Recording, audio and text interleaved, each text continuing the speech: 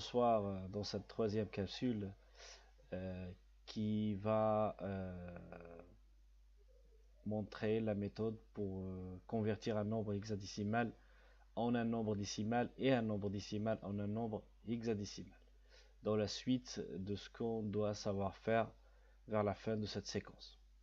Donc le nombre, par exemple, en hexadécimal, quand on voit un nombre comme ça, on n'a pas le choix. C'est sûrement un hexadécimal parce qu'on n'a que trois modes possibles. Donc quand on voit des lettres, c'est que c'est un mode hexadécimal, c'est un système hexadécimal. Et donc on veut le convertir en décimal. Donc il y a la partie entière et la partie décimale. Donc chacune, on va traiter d'un cas. Donc le nombre il se présente comme ça, donc 3, A, 9, F et virgule A en partie décimale. Donc l'équivalence en décimale. Donc là 3 c'est 3, ça ne change pas. A par contre c'est 10, 9 c'est 9, F c'est 15, 1 c'est 1 et A c'est 10. Donc là on a dit que A c'est 10, B c'est 11, C c'est 12, etc. jusqu'à F. Bien. Donc la première étape, nous allons multiplier en fait 3 par la base 16 puissance 3 parce qu'il est en troisième position. Là c'est en deuxième position, 16 fois 2 fois 10, 16 fois 1 fois 9 et 16 0 fois 15. Donc 16 0 c'est 1. Et ici, donc après le virgule, ça sera 16 moins 1 fois 1 et 16 moins 2 fois 10. Parce que tout simplement, là, il y a A, il est 10 et la base, elle est 16 moins 2. Donc ça, c'est la première étape. La deuxième étape, c'est en calcul. On calcule 16, 3 fois 3, 16 au carré, c'est 256, 16 à la puissance 1, c'est 16, et 16 à la puissance 0, c'est 1. 0,625 fois 1. Et là, j'ai fait le calcul directement, donc ici avec la calculette. En tout cas, tout ça, on peut le calculer à la calculette. Voilà. Sachant que la calculette, elle peut convertir ça, on va le voir après, la partie entière, mais la partie décimale, elle ne peut pas la convertir. Donc on est obligé de savoir le faire à la main pour la partie. Donc l'étape 3, on fait les calculs, et l'étape 4, on fait la somme. Sachant que j'ai dit, je répète, que tout ça, à partir de cette étape-là, on peut le faire à l'aide de la calculatrice. Voilà, donc la somme finale de tout ça, ça sera ici 15 007 et ici 1,2 890 625. Et si je fais ça plus ça, donc ça va donner 15 008 plus 2 890 625. Voilà.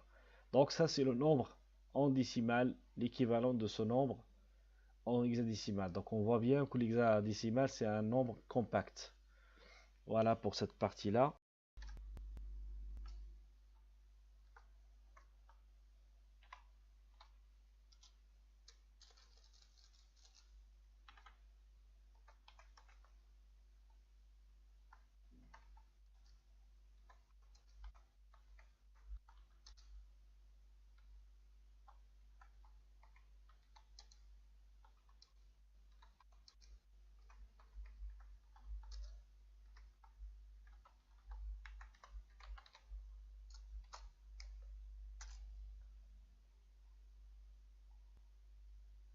Et je m'arrête là. Donc, quand vous avez un reste normalement inférieur à 16, vous arrêtez, comme ici le cas. Donc le résultat, ça va être une lecture toujours de bas en haut, c'est-à-dire on commence par le dernier reste trouvé, c'est-à-dire 1.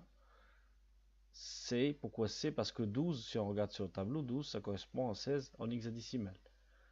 Et A c'est 10 parce que 10 là c'est A dans l'hexadécimal. Et voilà, donc le résultat. 1 CA, c'est le résultat en hexadécimal de 458.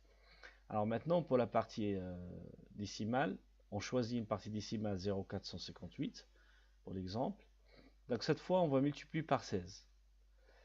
Voilà, là c'est juste pour vous dire que la lecture, ça se met de en haut, de bas vers le haut.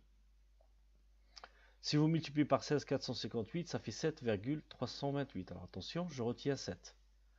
Je retiens 7. et je prends que la partie décimale, c'est-à-dire 0,328 que je multiplie encore par 16, ça fait 5,248. Pareil, je retiens 5 et je prends la partie 0,248, je multiplie encore par 16, je prends la partie entière, c'est-à-dire 3. Voilà, et que je continue comme ça, c'est-à-dire si je veux continuer plus loin, je mets 0,968 fois 16 et je regarde le résultat. Et normalement, j'arrête quand je trouve une partie qu'une partie entière, c'est-à-dire je ne trouve pas un nombre décimal. Là, je m'arrête. Voilà. Donc, le résultat, ça se lit de haut en bas par contre, ça va être, donc le résultat c'est 0, 7, 5, 3. Voilà. Et on continue ici. On peut continuer le résultat. Voilà. Donc, essaye de voir d'autres exemples dans le cours et pour essayer de comprendre cette partie. Donc, si je veux la partie décimale entière, pardon, je divise par 16. La partie décimale, je multiplie par 16. Donc, c'est pareil. Ça va être pareil pour le binaire aussi. On a multiplié par 2. On a divisé par 2. Là, on divise par 16 et on multiplie par 16. Voilà pour cette partie. Merci.